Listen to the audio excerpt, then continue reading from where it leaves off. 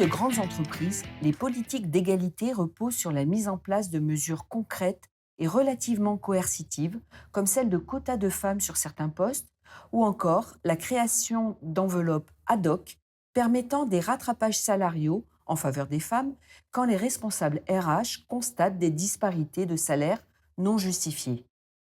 Chez les hommes, ces différentes mesures sont loin de faire l'unanimité et font l'objet de fortes résistances. On assiste à des discours de lassitude, voire de plainte, car ils se sentent collectivement dépossédés par l'arrivée de femmes qui bénéficieraient, selon eux, de toutes sortes d'avantages non mérités. Le truc, c'est qu'ils disent, voilà, je suis un homme blanc, j'ai 50 ans, du coup, je serai jamais promu. Mais alors ça, mais je n'arrête pas de l'entendre, hein, d'ailleurs, enfin moi, désormais, mes amis qui sont, soit, en passe d'entrer dans le comité exécutif, soit en passe d'en sortir, en fait, et ben, voilà, ils sont là à dire: «Oh là là, et moi, je suis un homme, je suis blanc, je suis pas homosexuel, je suis pas une gonzesse, donc voilà, je progresserai plus jamais», Puis aussi, tout un discours autour des salaires, des nominations, des augmentations, ce que les gens appellent eux-mêmes la discrimination positive. Et ça, dans discrimination positive, il y a discrimination. Et il y a tout un discours L'incompréhension. ouais, d'incompréhension et de sentiment d'injustice. Et ça, c'est très très présent. C'est ce que moi j'appelle la fatigue de la diversité. Il y a tout un discours proactif sur l'inclusion, la diversité. Je caricature, mais en fait, l'homme blanc de 45 ans, il n'en peut plus en fait. Il estime qu'il est mis de côté. Les hommes se considèrent, en quelque sorte, victimes d'une avancée sociale dont ils se sentent exclus et la vivent comme une menace pour leurs acquis, alors même, rappelons-le, que leurs conditions d'emploi et de carrière demeurent globalement toujours plus favorables que celles des femmes. Se sentant désavantagés, ces hommes remettent souvent en question la légitimité de leurs consoeurs, puisque ces mesures consisteraient à les promouvoir parce qu'elles sont des femmes. Les politiques d'égalité sont perçues comme non méritocratiques et celles qui en bénéficient, in fine, comme non méritantes. Moi, je trouve que... Enfin, Alors, moi, je suis pour l'équité, hein. Euh, Mais là, je trouve que la discrimination positive, ça va trop loin, en fait. Si vous voulez, moi, ce que j'aime pas, c'est que les choses soient planifiées, organisées. C'est un peu comme si, en fait, on planifiait des naissances, en fait, voilà. Les choses devraient se faire beaucoup plus naturellement, vous voyez.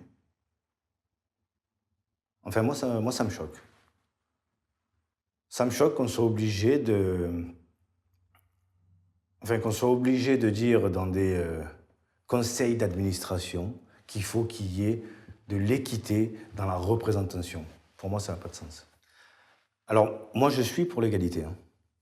Moi, je trouve que l'égalité, c'est bien, mais maintenant, c'est l'homme qui a un handicap par rapport à la femme dans sa candidature. Voilà. Et là,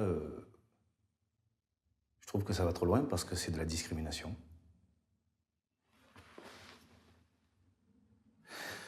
Et puis honnêtement, on ne va pas refaire 50 ans d'histoire. Après, moi, je veux bien rêver, hein. Mais on n'est pas dans un monde de bisounours, non? Dans les recrutements que je fais, je me suis déjà vu dire ouais, quand même, c'est une femme, quoi. Et j'en ai pas. Donc peut-être que. Voilà. Et en fait, après, je me suis dit non, je peux pas rentrer là-dedans. Hein. Moi, je peux pas rentrer dans le principe des quotas. Hein. Je veux pas rentrer là-dedans. Oui, il y avait une collaboratrice, là, il y a longtemps. Hein. J'avais 5 collaborateurs. Une seule femme. Voilà. J'avais shortlisté 2 personnes, un homme et une femme. Et finalement, j'ai pris l'homme. J'ai pris l'homme pourquoi? Parce que ça a matché beaucoup plus facilement. Voilà. Alors moi, je me sens tranquille puisque je n'ai que 30 ans. Je suis un mâle blanc de 30 ans, donc... Ouais, mais ça se voit. Merci Christelle, vous aurez la dernière question méchante. Il se dit plein de choses, Vanessa, dans cette séquence, parce qu'elle ouvre beaucoup de sujets, et un sujet central, qui est un mot qui souvent suscite un débat au niveau national, hein, sur les plateaux de télévision, entre les hommes politiques, entre les élus syndicaux, de quotas. C'est-à-dire l'idée de mettre en place des quotas, comme la loi Rixin l'a fait dans les COMEX, comme la loi Copé-Zimmermann auparavant sur les conseils d'administration, d'imposer les femmes par quota. Il n'y a pas d'autre solution. Puisqu'on entendait ce cadre qui disait oh non, il faut que ça se fasse naturellement, disait-il. Il me semble qu'on voit bien que naturellement, quand on laisse faire les choses, la parité n'arrive pas. Dans les COMEX, on n'y est toujours pas, alors que dans les conseils d'administration, la loi Copé-Zimmermann, c'est 2011, et aujourd'hui, on est à 45% de femmes dans les conseils d'administration. La France est en tête des pays européens. C'est la seule à avoir un quota. On n'est pas le seul pays à avoir un quota, mais il y en a très peu qui ont des quotas, et on est le pays qui a le quota le plus élevé, qui peut quand même surprendre, c'est un quota qui n'est pas à la parité. C'est vrai. Nous, on a fait aussi une enquête, notre étude, on l'a produite également en Suède, et en Suède, les personnes étaient interpellées en disant, mais pourquoi pas 50 ? Donc ça, c'est la première chose. Si on laisse faire, voilà, visiblement, ça ne se passe pas. Les quotas, c'est pas le modèle français, je m'autorise à dire. C'est pas notre modèle. C'est pas le modèle français, on voit bien que ça résiste, et ce qui est intéressant, c'est pourquoi ça résiste, parce qu'il y a un soupçon de nomination de femmes qui seraient illégitimes, qui n'auraient pas les compétences. Je ne suis pas certaine que les hommes qui soient nommés soient tous super compétents. Hein. Et donc ce soupçon d'illégitimité, il est à peu près systématique quand une femme est nommée à un poste important, un poste de pouvoir. Le vivier de femmes compétentes, il existe, hein, il est très important. Donc il n'y a aucune raison que les femmes qui sont nommées ne soient pas compétentes, et éventuellement elles ne le seront pas, comme certains hommes qui sont nommés qui ne le sont pas.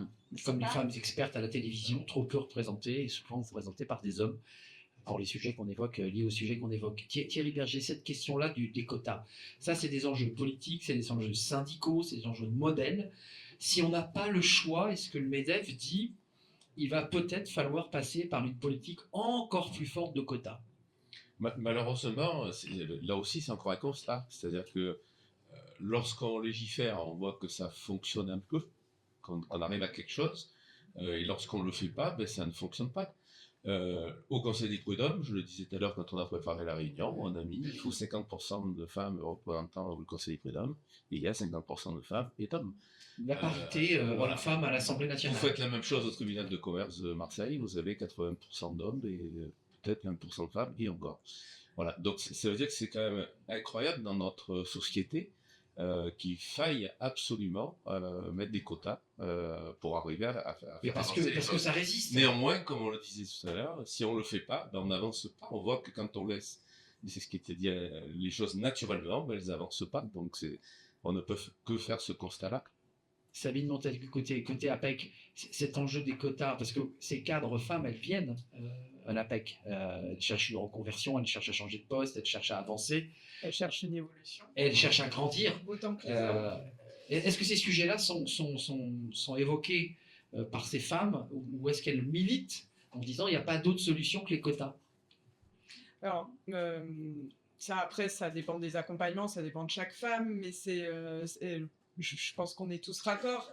Oui, c'est triste d'avoir besoin de quotas, mais force est de constater que pas de quotas, pas de femmes dans les postes à responsabilité. Donc, à un moment donné, je crois que c'est d'accepter ça et d'aller plus loin et de se dire, ok, si demain on veut plus de quotas, comment on fait pour changer les choses? Comment on fait pour évoluer? Comment on prend conscience du sujet? Comment on s'en empare pour pouvoir résider que sur le sujet de la compétence? Effectivement, on peut se dire, et c'est un biais, hein, ça remet en cause la légitimité des femmes qui vont de coup devoir prouver 2 fois plus qu'elles sont compétentes parce qu'on va suspecter qu'elles ont eu ce poste parce qu'elles sont femmes.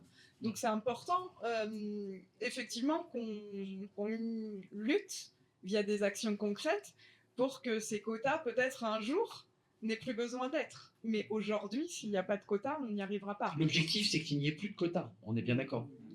L'objectif, c'est l'égalité naturelle et l'accès à ces postes. Et je crois que les quotas ont le mérite d'apporter le débat sur le devant de la scène, d'en parler. Et du coup, tout le monde se sent concerné parce qu'entendre des hommes qui se sentent discriminés dans la révolution professionnelle alors qu'une femme, après 50 ans, a quand même un écart de salaire qui se creuse par rapport à un homme, le fameux 11%. On voit quand même que l'accès du coup aux directions générales aujourd'hui, c'est quand même que 20% des femmes sans parler du CAC, voilà, qui atteignent ces postes. Mais en fait, c'est déjà dès les premiers postes de management. sur l'ensemble des cadres, seulement 33% des femmes accèdent à un poste de management, contre 46% des hommes. Donc forcément, demain, plus on monte dans la hiérarchie, Forcément. moins on a de Statistiquement. candidates, en fait. Bien sûr. Donc le travail, il est dès le départ, en fait. Christelle Toilon, je donne la parole évidemment à vos collègues syndicalistes, parce que les syndicats sont interpellés sur cette question. Ils sont interpellés par les salariés, par les adhérents, par les élus. Et évidemment, cette question des quotas vous traverse. Quelle est la position de la CFE-CGC sur cette question des quotas? La CFE-CGC sur cette position, on n'aime pas les quotas. Et c'est pas, ça ne fait pas plaisir les quotas. Mais pour faire avancer les choses, là, on n'avait pas le choix. Le constat, c'est le même. Ça n'avance pas. Il faut bien mettre quelque chose pour que ça avance et que potentiellement il y ait ça bouge. Par contre, moi, je voudrais revenir. On disait qu'effectivement, il y a des femmes qui arrivent, etc. Mais il y a quand même des branches qui n'ont pas beaucoup de femmes en proportion. Les branches où il va y avoir 15%, 10%, 22%, 23%. Ces branches-là, quand il faut arriver à trouver, on va dire, entre guillemets, des femmes, même si qu'elles sont compétentes, bien entendu, on va pas... Non, en termes de recrutement, très concrètement. Et qu'on arrive à les faire monter, le vivier, dans ces branches-là, il n'y est pas. Et même dans les branches très féminisées, elles restent bloquées.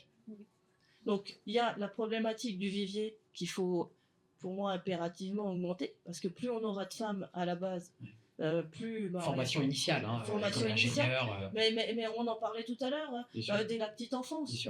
Les jouets, Dès la maternelle, la cour de récré. La cour de récré qui est monopolisée par le ballon parce que peut-être que voilà, c'est comme ça. L'élastique pour moins de place. Alors, c'est pas la bonne. Pour moi, c'est pas le bon exemple. Ma fille a fait du foot pendant des années, du coup, moi, je suis devenue coach. Donc voilà. Mais il y a ça, il y a le fait de faire la promotion des métiers dans les écoles. C'est clair. C'est quelque chose qu'il faut vraiment. On a légiféré pour qu'il y ait dans les classes de 3e des choses qui se passent. Mais pour autant, il faut aller beaucoup plus loin. Beaucoup plus loin. Samuel, je rebondis. Ouais, sur la promotion des métiers dans les écoles, je ne sais pas si tout le monde connaît le dispositif Ingénieur pour l'école. Je savais que vous alliez évoquer ce sujet. Parce que c'est un dispositif extrêmement utile qui consiste en fait, par le biais du mécénat, à détacher des salariés d'une entreprise dans l'éducation nationale en l'occurrence. Donc il y en a 50 en fait des ingénieurs pour l'école en France qui sont détachés dans les académies. J'ai moi-même été ingénieur pour l'école, ça je connais bien le sujet. Et j'ai été détaché. Vous allez éduquer les profs? Non, oui presque. Oui, ce serait nécessaire. Bah oui. C'est bien. En fait, j'ai été détaché de 2016 à 2019 à l'Académie d'Aix-Marseille-Nice, où j'ai été donc en charge et d'une part d'action de communication, on va dire, de promotion. Promouvoir nos métiers techniques auprès des cohortes d'alternantes femmes des formations techniques. C'est quelque part. Il n'y a rien de mieux que de faire venir une responsable d'exploitation hydraulique femme pour venir parler de son métier. Rôle modèle, rôle d'ambassadrice. Auprès de jeunes BTS électrotechniques qui comptent à déjà à ce stade que 10% de femmes, de filles. Et donc, enfin voilà, c'est des choses comme ça d'un point de vue... Puis un travail sur l'accueil des jeunes filles, des jeunes étudiantes dans les écoles qui sont parfois très genrées. Il y a beaucoup de choses à faire. Travail d'accueil. Des événements qui contribuent aussi effectivement à éduquer les profs, parce que les profs peuvent y voir des projets pédagogiques. Et du coup, on s'est vu faire venir 3 bus de filles à la centrale hydroélectrique de Saint-Chamas pour valoriser les métiers techniques et avec les journalistes. Voilà, je voulais juste parler de ça parce que ce sont des actions comme ça, pragmatiques, qui sont nécessaires pour étayer les accords, en fait. Et en faisant ça, on arrivera à avoir plus de filles sur les métiers techniques. Il faut commencer dès maintenant. Et de garçons sur les métiers. Puisqu'après, il faut les former. Hein. Il y a encore 4 ou 5 ans ensuite pour les former. Christelle, mot de la fin. Il reste quelques minutes avant les questions de la salle, qui n'est pas tout à fait le mot de la fin. Vous allez encore parler. Dans les Pays-Bas, ils ont les filles ont une journée à l'école où elles passent toute la journée à aller voir des métiers techniques, scientifiques, des maths. Et ça, c'est génial parce qu'au moins, il y a un temps qui est prévu pour ça. Merci. Hélène Caron, je vous ai entendu silencieuse, mais l'État est là. avec nous. L'État, c'est vous. En Un tout petit cas, bout. un morceau de l'État. Un morceau de l'État. La question des quotas, cette question, ce n'est pas le modèle français, c'est pas la manière dont la République intègre et accueille, mais cette question des quotas, elle est essentielle et incontournable. Est-ce que vous partagez ce point de vue? Bah, oui, bien sûr, puisque enfin, les quotas ont été mis en place par des lois, donc je ne vais pas vous dire le contraire. Et je partage l'opinion des différents intervenantes et intervenants que c'est un levier d'accélération qui est indispensable. Sinon, c'est en dizaines d'années qu'il faudra attendre pour avancer. Donc, Mais juste au risque de vous tirer les verres du nez, alors que tout le monde a à peu près deviné, mais qui résiste dans votre documentaire, Vanessa, Dominique? Qui est-ce qui résiste à tout cela? Parce qu'on voit bien qu'il y a un vrai désir, il y a du volontarisme, il y a des idées. Qui résiste? Qu'est-ce qui se passe? Qu'est-ce qui résiste? Qu'est-ce qui résiste? C'est ça, c'est pas qui, c'est un enchevêtrement de dimensions en fait qui sont à considérer et qui rend ce sujet-là si difficile à appréhender parce qu'il y a à la fois des éléments qui relèvent du niveau des individus, on vient le voir, les choix éducatifs qui sont faits par les personnes, de considérer que ça relève du niveau individuel, l'arrivée des enfants dans les familles, donc il y a évidemment ce niveau familial, la répartition des tâches au sein des foyers, les politiques familiales qui peuvent venir favoriser cette répartition des tâches en augmentant les places en crèche, en mettant en place un congé paternité obligatoire. Donc il y a des choses qui sont en proposant des quotas à respecter. Et puis il y a bien sûr des éléments qui relèvent des représentations des rôles genrés, des cultures de la société. C'est qu'un millefeuille de sujets en fait. Je veux finir sur le dernier point parce que je pense que ne faut pas l'oublier, les entreprises. Tout à l'heure, on a eu cet échange entre Thierry et du Florey, quand fait ça. Capucine, c'est intéressant. Les entreprises ont leur rôle à prendre dans cette difficulté. Ces sujets-là, c'est pas en dehors de l'entreprise. C'est pas en dehors. Non, mais c'est le débat qui a été posé. Vous disiez, Thierry, et on va pas refaire le débat, mais c'est pas le sujet. On n'a pas à s'occuper de la vie du couple. C'est ce que vous avez dit. Et je vois quand même des chercheuses, des experts qui disent, en fait, la vie perso rentre quand même de plein pied dans l'entreprise. Et surtout l'entreprise rentre de plein pied dans la vie. Bien sûr, on dépose les deux. Et puis, comment vous regardez ce sujet? Parce que on voit bien, le télétravail a accéléré tous ces sujets. L'entreprise était à la maison, tout se mêlait, tout se mélangeait. Alors moi j'ai un exemple très récent puisque ma directrice elle vient d'avoir un enfant. Et lorsqu'on discute tous les deux, elle m'a dit, ben voilà, je vais l'organiser. Elle s'est organisée d'une certaine manière. Pourquoi? Parce que monsieur travaille dans un commerce qui est ouvert de 9h à 19h. Et donc, elle se sacrifie par rapport à ça. Et là où j'ai du mal, moi, quand elle me parle, c'est qu'elle me dit, non, on peut pas discuter longtemps parce que mon mari va arriver, après je vais me faire engueuler. Mais moi, c'est dingue, quoi. C'est 13 années 50, ça. Ouais, vous vous rendez compte? Elle a 29 ans, hein. C'est long, oui. Donc, on est loin encore des choses qu'il faudrait qu'il soit. Et donc, le couple, il s'est organisé. Ben, monsieur, il amène à la crèche le matin parce que lui, il commence à 9h, 9h30. Et puis, madame, alors après, elle me dit, je pars à 17h30 là, parce que bon, nous, on essaie de ne pas faire les réunions à 17h30. Après 17h30, on les fait le matin. Mais par contre, elle me dit, bon, à 17h30, je peux pas, là, je m'occupe de la petite. Mais après, si vous voulez, on se rappelle vers 19h30 ou 20h. Enfin, je dis, à 19h30 ou 20h, ouais. Moi, beaucoup de femmes. Moi, je m'occuperai de ma femme, donc je serai à la maison, tranquille. Voilà, et on fera ça demain matin. Mais c'est pas évident, quoi, parce que tout s'en mêle, en fait. Bien sûr. Tout s'en mêle. Et c'est très compliqué à gérer. Capucine, tout le monde voudra le mot de la fin, ça c'est un petit peu classique, mais là c'est Capucine et la salle, parce que j'aimerais vous entendre. Il y a des femmes, il y a des réactions, il y a des regards. Et très rapidement alors, très rapidement.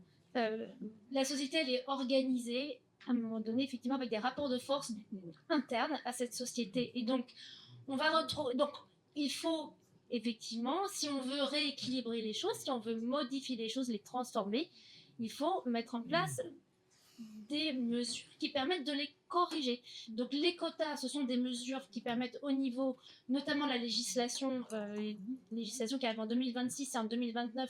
Les autres à 30%, puis 40% de femmes cadres dirigeantes dans les entreprises. Voilà, donc les quotas, c'est au niveau national.